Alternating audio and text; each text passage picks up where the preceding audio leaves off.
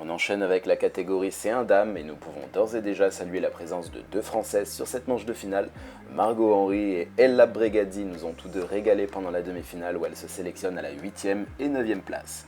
Malheureusement, on ne verra pas la petite paloise Marjorie Delassus qui termine à la 11e place et n'accède pas à cette finale pour quelques centièmes. Dure loi du sport, j'en ai bien peur. La première française à s'élancer, c'est elle, Margot Henry, la championne du monde 2017 en canoë biplace mixte, nous fait l'honneur de sa présence en finale de Coupe du Monde pour la deuxième fois de sa vie dans la catégorie individuelle. À 22 ans, la séiste bretonne est là pour prendre de l'expérience et ne tardera sans doute pas à chatouiller les leaders du classement. Aujourd'hui, elle termine à la 9e place avec 6 secondes de pénalité. La seconde française à s'élancer, c'est la sociétaire du club kayak algérien Ella Bregadi pour sa 4e participation en Coupe du Monde. C'est la toute première fois qu'elle accède à la finale. Du même âge que sa camarade bretonne, Ella réalise une belle manche dans l'ensemble avec une navigation fluide et posée. C'est agréable à regarder, néanmoins une sortie de route en milieu de parcours lui coûte assez cher. Elle termine à la 6e place avec 2 secondes de pénalité.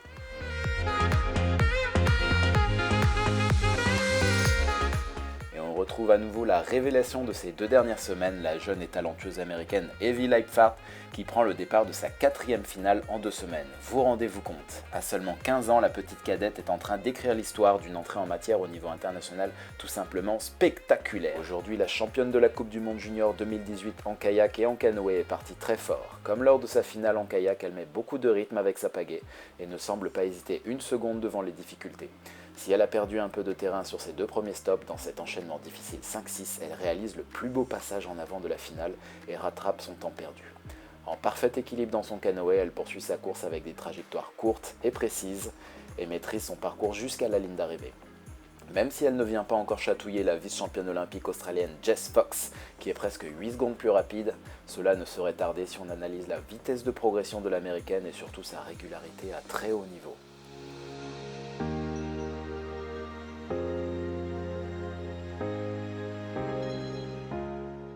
10 ans de plus et 6 secondes et demie plus rapide, l'Autrichienne Victoria Wolfart signe le 2e temps de cette finale.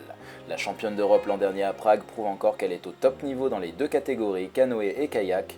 Présente également lors de la finale kayak dame où elle avait terminé à la 7e place, aujourd'hui elle change complètement la donne. Victoria transperce le premier rouleau, ce qui lui permet de réaliser une approche au plus court de ce premier stop d'où elle sort en un seul coup de pagaie. Elle arrive également très haut dans le second stop et se jette dans cet énorme rouleau où elle se fait un petit peu secouer. Mais la détermination de l'Autrichienne est telle qu'elle réussit à s'en sortir sans perdre trop de temps, puis réalise un super bac arrière. A partir de là, le plus difficile étant derrière elle, la suite du parcours sera une formalité pour la pagayeuse au casque Red Bull, qui ne commettra aucune erreur jusqu'à la ligne d'arrivée et prendra largement la tête.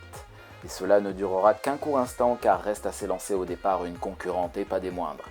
La double championne du monde australienne canoë et kayak 2018. Vous voyez bien sûr de qui je veux parler. Jessica Fox, the outstanding paddler of 2018, a fait du bruit dans le monde du kayak l'année dernière lorsqu'elle a remporté en individuel à la fois la Coupe du Monde et les championnats du monde dans les 2 catégories. Elle est entrée dans l'histoire en achevant à elle seule plus de titres que sa mère et son père réunis dans toute leur carrière.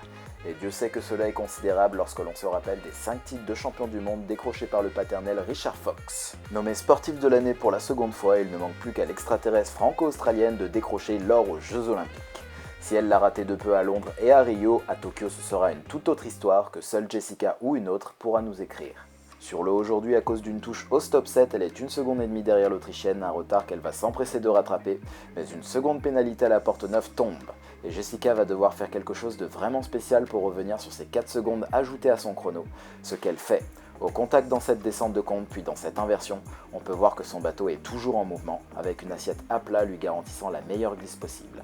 Elle efface le stop du rouleau en 2 coups de pagaie, et alors qu'elle s'élance vers le dernier stop de son parcours, Jessica perd prise sur la partie supérieure de sa pagaie et réalise donc la moitié de cette figure avec les 2 mains sur son manche comme un kayak. Mais cela ne l'empêche pas pour autant de terminer sa course avec plus d'1 seconde d'avance et d'avoir ce souffle de soulagement à la ligne d'arrivée.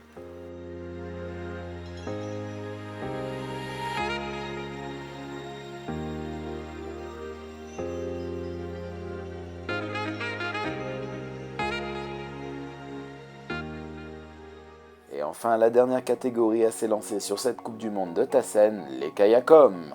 Au départ de cette manche de finale, nous retrouvons 2 Slovaques, 2 Slovènes, 2 Anglais, 2 Tchèques, un Portugais et un Italien. Statistiquement, si certaines nations sont avantagées par leur nombre à prendre le départ, pourtant cela ne suffira pas à freiner la ruée vers l'or italienne qui vient monter sur la plus haute marche du podium pour la 3e fois du week-end.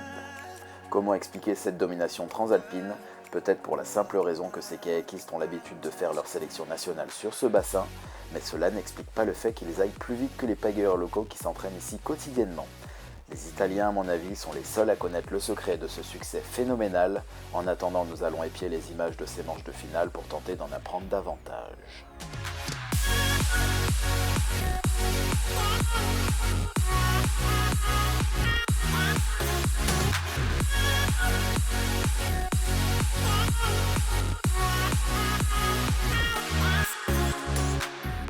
Allez, on se cramponne à nos sièges car le prodige tchèque Jiří Praskavec se prépare au départ. Auteur d'une première manche de folie puisqu'il réalise le meilleur chrono de la demi-finale alors qu'il a une pénalité de 2 secondes.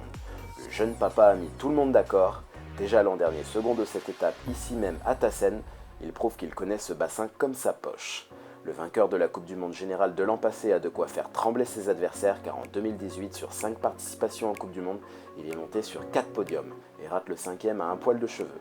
D'une régularité extrême, aujourd'hui il ne fera pas d'exception. Après un départ relativement posé sur le haut de parcours, Jiří est au contact des piquets mais pas du chrono puisqu'il a déjà 2 secondes de retard sur l'Italien. Mais le Tchèque a plus d'un tour dans son sac et après seulement quelques portes, il est revenu de pratiquement 1 seconde sur son retard. Mais la précipitation et des trajectoires qui semblent un peu extrêmes vont pousser le champion du monde 2015 à la faute sur cette porte 17. Mais cela ne calme pas pour autant le champion qui réalise une sortie de rouleau collée au piquet et vient effacer le dernier stop d'une seule circulaire. En temps pur, plus rapide encore une fois que ses concurrents, malheureusement la touche le propulse à la 3e place.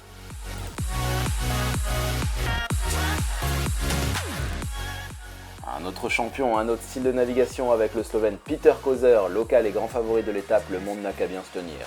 Car accrochez bien votre ceinture, il a gagné 4 fois cette course depuis 2008. On peut donc prétendre que c'est le meilleur athlète du monde sur ce bassin. Et c'est d'ailleurs probablement pour voir le vice-champion olympique de kayak de Rio que le public se bouscule dans les gradins. À coups de voix et de vuvuzela, l'ambiance au bord du bassin devient complètement dingue. Et le Slovène, qui n'est pas décontenancé par la montée en puissance de la foule, bien au contraire, semble porté par cette vague d'énergie et navigue à son plus haut niveau. Il arrache ce premier stop en circulaire et trouve une sortie courte. Avec un style très ample aérien, le Slovène relance son bateau. On a l'impression qu'il ne force pas et vole au-dessus de l'eau, même s'il arrive assez bas dans ce second stop qui lui coûte 3 secondes de retard au chrono intermédiaire. Peter ne se laisse pas abattre et va vite rattraper le temps perdu en commençant ici par réaliser une figure extraordinaire où il vient frapper avec son bateau la plus grosse partie du rouleau, ce qui a pour effet de le propulser de façon spectaculaire dans ce stop 9. Seul un local de l'étape aurait pu connaître une telle spécificité de son bassin d'entraînement. Cela montre à quel point il est important de connaître son terrain de bataille et naviguer sur différents bassins afin d'avoir un panel de techniques le plus large possible. Et pour en revenir au double champion du monde 2009-2011, on peut voir que son coup d'éclat à la porte 9 a porté ses fruits puisqu'il est à nouveau au contact avec quelques dixièmes à peine de retard au chrono intermédiaire. Même s'il continue à rattraper du terrain sur l'Italien jusqu'à la ligne d'arrivée, il termine à la seconde place avec 5 petits centièmes de retard et remporte pour ce week-end la médaille d'argent.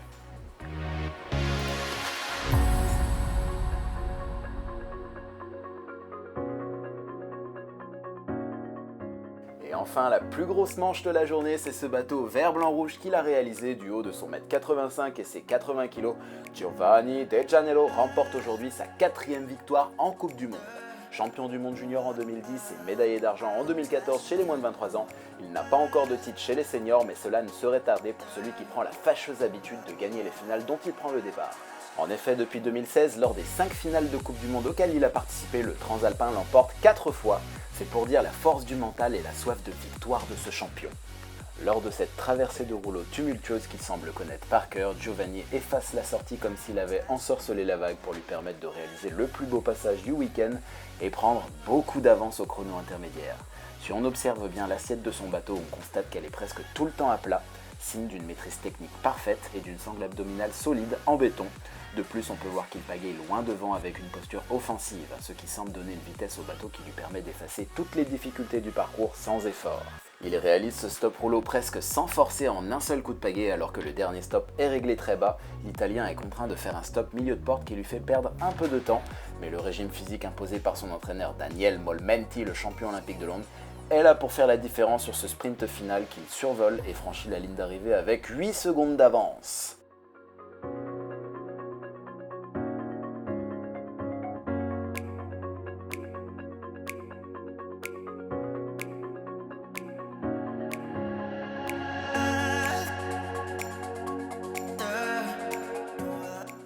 Voilà pour la Coupe du Monde de Tassen, c'est tout pour aujourd'hui. J'espère que cette vidéo vous a plu et qu'elle a éclairé votre lanterne. N'hésitez pas à me dire en commentaire ce que vous avez aimé et si vous avez des questions. Et enfin, surtout parce que ça fait vraiment plaisir et que c'est ma seule récompense, s'il vous plaît, lâchez un petit like et partagez à ceux qui pourraient être intéressés. Tchuss!